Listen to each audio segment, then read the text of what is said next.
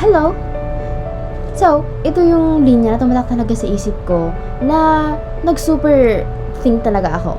Sabi dito, it's easy to stop criticizing others when you stop criticizing yourself. So, bakit naman yun magkukunik?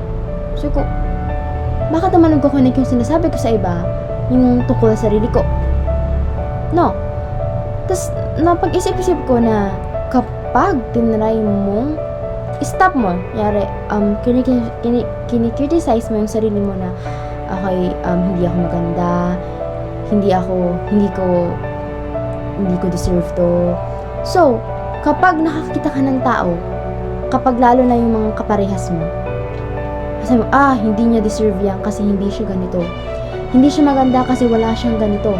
Naisip mo ba yun na baka yung kagandahan na nakita mo sa iba, hindi mo rin nakikita sa sarili mo?